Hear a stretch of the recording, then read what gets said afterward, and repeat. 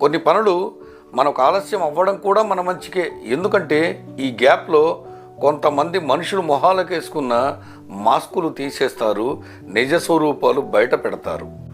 మన కళ్ళకు కప్పిన మాయ తొలగిపోతుంది, నిజాన్ని సంపూర్ణంగా గ్రహిస్తాము. మన వాళ్ళెవరో పరాయి వాళ్ళెవరో స్పష్టంగా అర్థం చేసుకుంటాము. నువ్వు తప్పు చేసినట్టు ఆలస్యంగా తెలుసుకున్నా అది దిద్దుకోవడానికి మాత్రం ఆలస్యం చేయకు.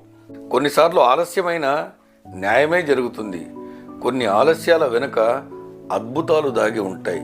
Wait and see. అలా వచ్చినప్పుడు తల వంచితేనే ప్రాణం నిలబడుతుంది. గొడవ వచ్చినప్పుడు ఒక్క అడుగు వెనక్కేస్తేనే బంధం నిలబడుతుంది.